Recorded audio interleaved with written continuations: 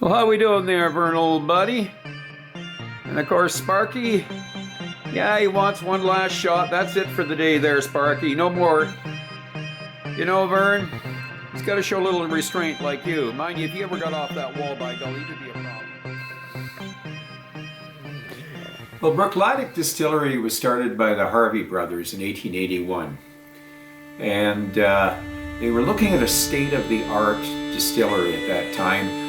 They'd had an inheritance, and they did have experience in the whiskey business. They actually had operated a couple of distilleries in Glasgow. Unfortunately, the three of them got into a quarrel, and in the end it was William that ended up running the distillery. William stayed there right up until 1933 when there was a fire, and he passed away in 1936. Now it's had a lot of different owners through the years. After the fire there, you had it was owned by Associated Scottish Distilleries Limited, and in 1969 it was sold to Bruichladdich Proprietors Limited, and then again to Invergordon Distillers. White and Mackay became the new owners, and in 1994 that became Jim Beam. Their explanation was it was surplus to requirements, and it created a lot of resentment in the community.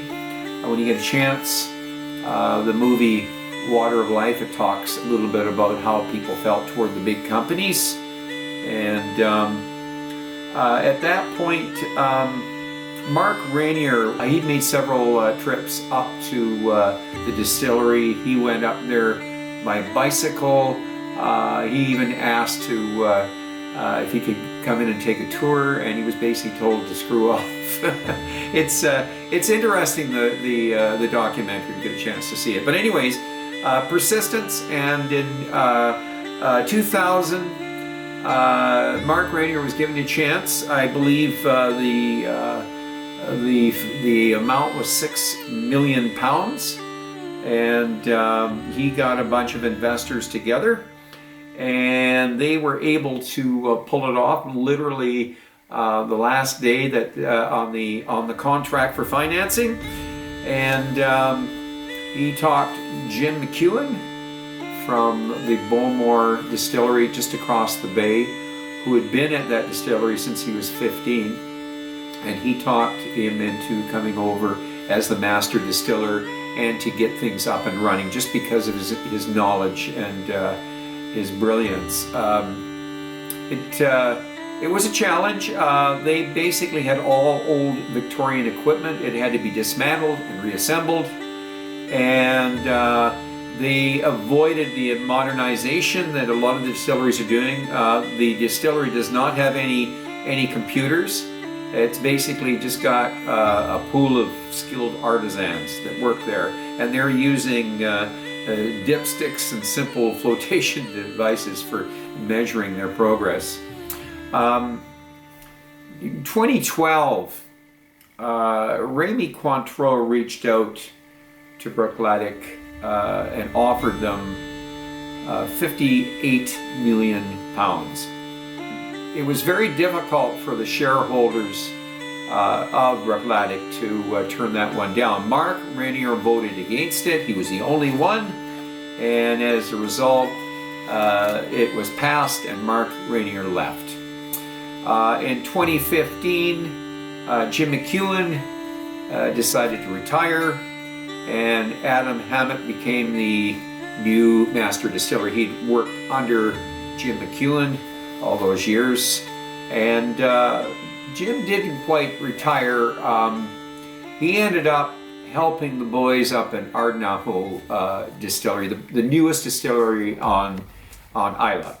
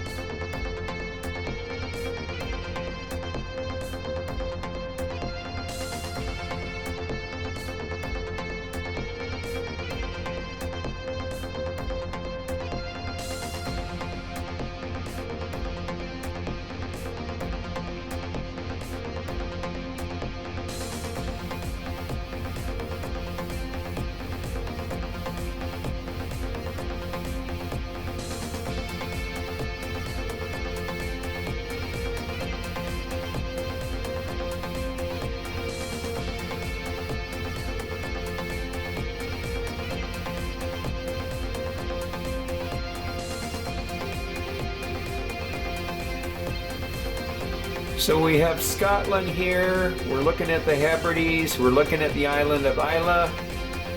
And we're going to look for Port Charlotte and Bruichladdich.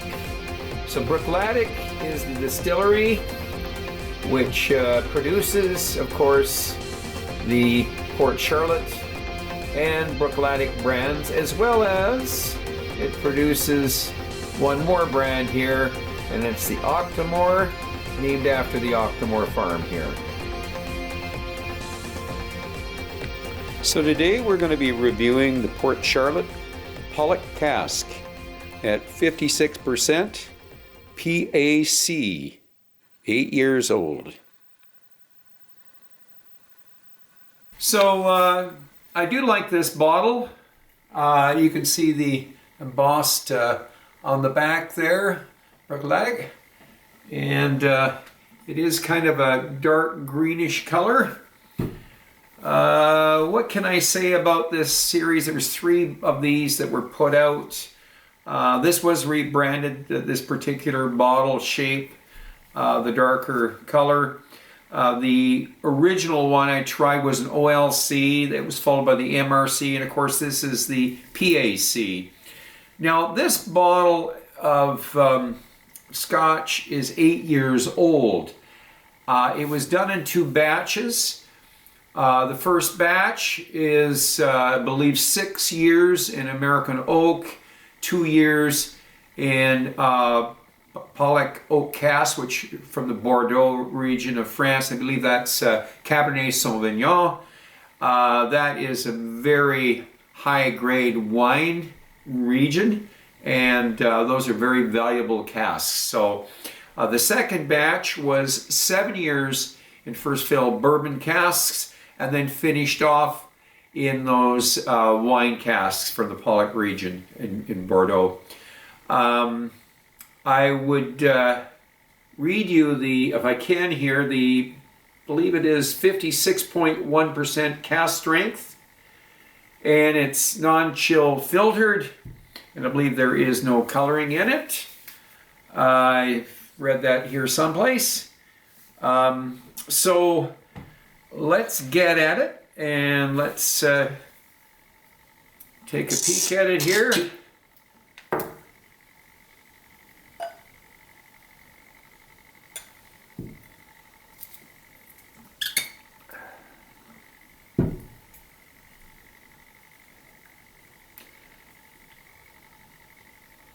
And yes, it doesn't look like there was any color added.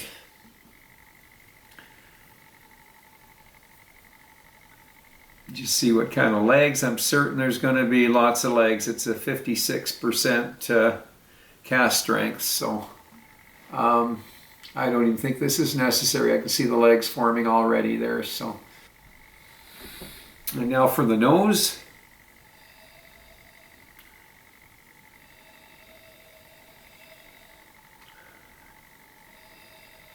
The first smells were not peat. They were actually added sweet berry smells.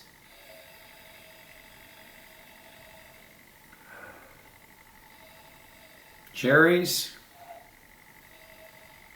A bit of tangerine. The peat is now there. I'm getting the medicinal notes. And again, it's not overpowering the peat. Lots of berries.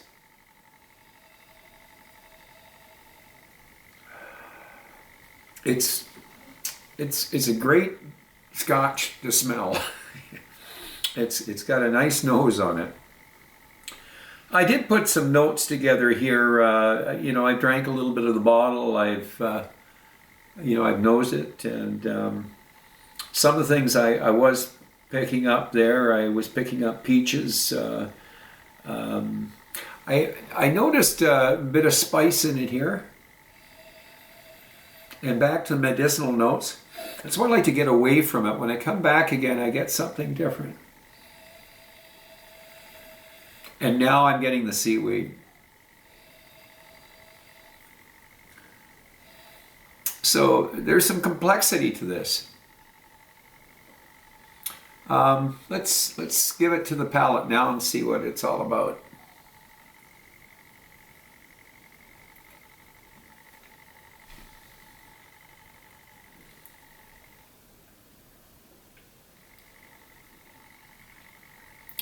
Boy, for 56% cask strength,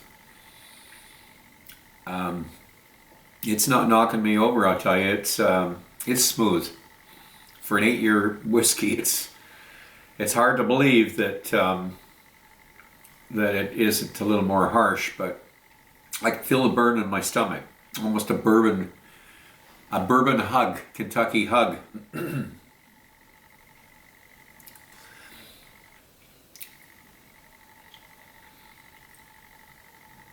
Well, I'm going to say that there's a sweetness to it. It's almost nothing surprising here.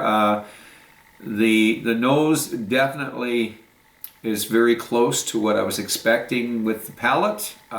Sweetness, and then followed by a little bit of peat. We'll try another little bit here and see.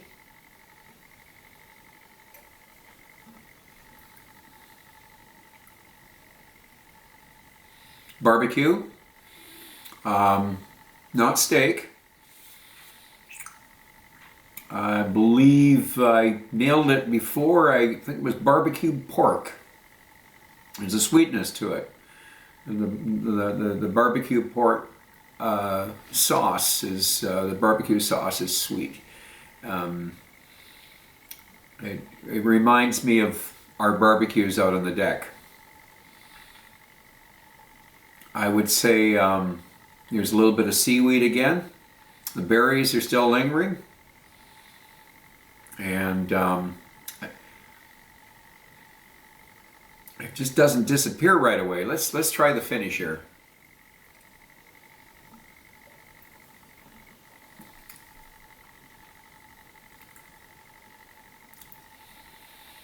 Well, I'm tasting the ocean, which I'm familiar with. I've spent a good chunk of my life on the ocean, fishing and that, and I can relate to what I'm tasting here. It's almost like getting a little bit of what I get from the Lagavulin there. I would say that the finish is it's still happening. So it's not a short finish. It's medium long. Definitely the peat carries on, but there's still berries, and you know, I've lost my peaches, and I've lost the cherries, but I still have berries. I just don't identify what berries they are. Maybe it's a little bit of blueberry. The tangerines are gone now too, but and there's still that sweetness, and you know, that's a long, lingering finish. So basically, for an 8-year whiskey, I've tasted a lot of different whiskeys in recent times that are not even close to 8. We're talking 16s, 18s, 21s. It's been a while since other than this particular whiskey here. I think the last one was an 8-year-old Lagavulin. How does it compare with the OLC? Oh boy, the OLC might not have been as heavily peated as this. Probably maybe a little sweeter. It's close, but it's really hard to tell. I don't have any of the OLC left, so it's hard to compare. It'd be interesting for you folks maybe to, if you do have it, just to compare the two. The MRC as well. I never did get a chance to taste the MRC, but overall, I think it's a good whiskey. Price-wise, I think it runs in the 130-ish, 135 range now. I don't know, for an 8-year-old whiskey. I mean, it's a good whiskey. I like it, and I'm certainly, it's kind of arbitrary whether I'd go out and purchase another one. I've been drinking this here for the last couple of days, and I'm not unhappy that I I bought it.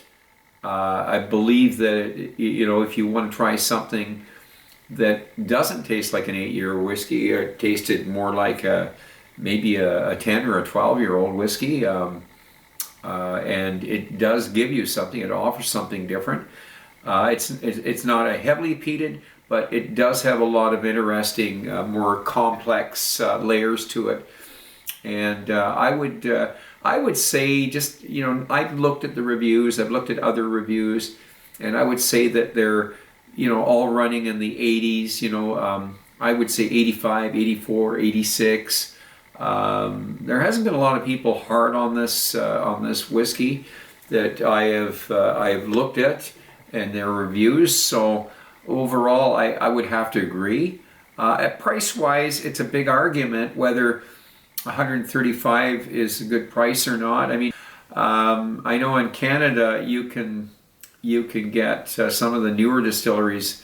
Good God, they're way under 8 years, and they're charging, very close to that. I'm not buying them for that reason. So it's probably a fair price. What's it cost to produce this?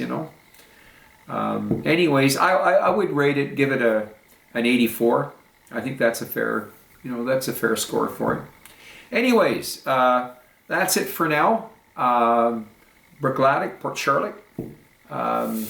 We will be back, and we're probably going to review maybe one of the other Islay whiskies. I haven't decided yet. I certainly would like to take a look at the Lagavulin again. I know it's been reviewed many times, but I have an oldie, and I'd like to compare it with the new one. So maybe I'll look at that next. I haven't done a Booney here. Bunnahabhain. I'd like to do that one as well. I'd like to work my way through these, and then we can wander on to some other whiskeys. So anyways, that's it for now. Thanks for joining me. I hope to see you again. And in the meantime, cheers, and drink in moderation, and don't drink and drive.